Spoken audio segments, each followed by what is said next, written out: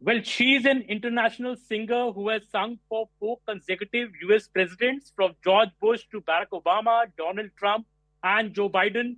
Welcome, Mary Millben, to CNN News 18. And we are here in the US and speaking to Mary Millben. She sang India's national anthem, Jana Gana Man, and touched Mr. Modi's feet during his June 2023 trip. That was an official state visit and at an event hosted by the United States Indian Community Foundation in Washington, D.C. And today we are joined by Mary Millben again, as Prime Minister Modi is again in the U.S. on a 3-day visit. Mary, my first question to you. I've heard you say that you have always seen patriotism in Prime Minister Narendra Modi's eyes. He's the right leader for the India's-US relationship, is your belief. Can you touch a bit more on that one? Why do you feel so? Yes. And first, good morning to you, Mr. Sharma, and to all of the CNN News 18 family. It's great to be with you all this morning. And it's so exciting to have the Prime Minister back in the United States. Certainly, I know it's an exciting time for all of the Indian American community and certainly Indian communities across the world. And you're right, there is such patriotism not only in the air in the United States, but as I've said often, there's such patriotism in the heart and the eyes and the essence of Prime Minister Modi. He truly is the right leader for India, the US-India relationship, and certainly for our times in the world. And he has such a love for the Indian people and for Indian communities across the world. You see that in the Prime Minister's travels across the world, as of late, all of the different Indian communities that exist across the world, how excited they are to welcome the Prime Minister when he travels across the world, and communities outside of the Indian communities. You know, he has there's such an affection, I know, certainly here in the United States, in the African American community and communities outside the Indian community, for the Prime Minister, for who he is and what he represents and the wonderful things that he's doing to uplift the people in India.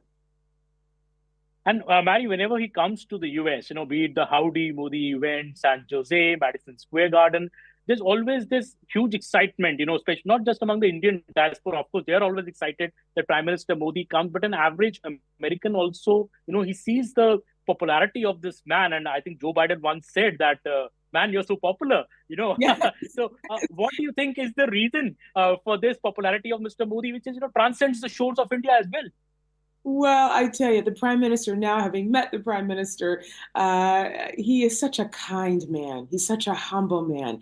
And people in general, doesn't matter what culture you are, where you live in the world, what your zip code is, people are drawn to leaders who are kind, who are humble, who are relatable, who are personable. In light of the magnitude of the Prime Minister governing 1.5 billion people and one of the oldest and largest democracies in the world, he still has maintained that beautiful essence of kindness and humility. And I believe that has 100% contributed to his popularity, certainly across the world, but also to his acumen. You know, he has done tremendous advancements in India that have not only contributed to the betterment of the Indian people, but certainly position India as a game player, certainly position India as a leader, economic leader across the world. And so I think it's twofold. I believe it's his essence, and I believe also it's just his effective leadership that has positioned him as such a popular leader across the world. Well, Mary, the visit of the Prime Minister also comes at a very interesting time. In about a month from now, Americans will be voting on who should be their next president. Donald Trump supporter in more ways. Is Donald Trump the best bet for the next president of the US, and will it also be good for Indian and US relations? Yes. Well, thank you for the question. We're just, I think we're 46 days away from our election day. And it's a very exciting, but very serious time in the country because there are two very different Americas on the table based on the two candidates that we have. Of course, it's no secret. I am supporting President Trump. I've been performing for the president for almost 10 years. I've known the president and First Lady Melania Trump intimately and the family for quite some time. And I believe that President Trump is the best leader for America. Certainly, I say that in respect to the position of the vice president. But I just think when you look at the policies, when you look at what's necessary for getting America back on track, and who we are to the world. President Trump's policies, hands down, are the best policies to get America back on track.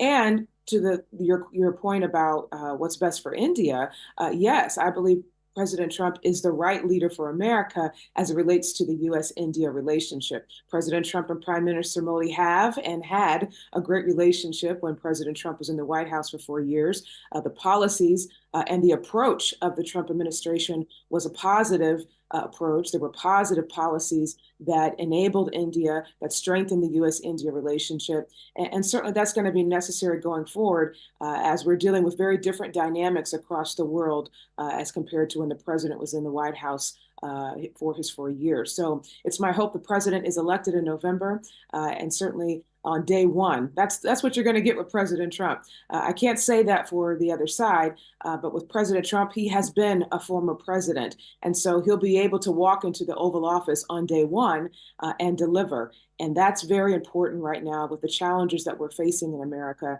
and certainly across the world. So experience is key. You mean the acumen may come from experience. There's no learning time here at the Oval Office, too.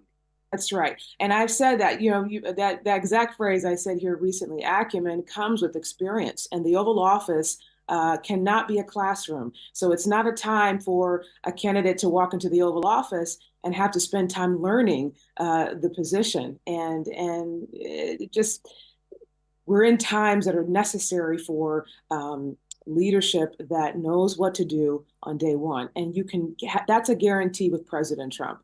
And it certainly, now is a guarantee with Prime Minister Modi with his reelection. And again, I think the people had the same sentiments in India that we have in America, that we want day one leadership based on the challenges that we're facing within our own countries and who we represent, what the United States and India now represent to the world. We have to have leadership that can effectively lead on day one. Mary, on that note, the last question I would ask you that, 53% of the voters in the US are women. So don't you think Kamala Harris has an advantage here as possibly she's projecting herself as the first woman president of USA? I know Hillary Clinton couldn't do it, but Kamala Harris looks very confident, especially after Joe Biden has said he will not enter in the race. Well, you're right. 53% of the vote in America are females. And so women, moms, or grandmoms, all women will play a very big role in our election, as they always do on that note. But I must say, there's been a lot of conversation about, Vice President Harris running, being a female, if that has an impact on our election. Now, let me certainly say, I think it's important to see women continue to run in positions that we haven't had occupied by a woman. And so it's for one day, I think it will be America will be excited to see that happen. However, I will say that we are not Americans are not citizens who vote on gender.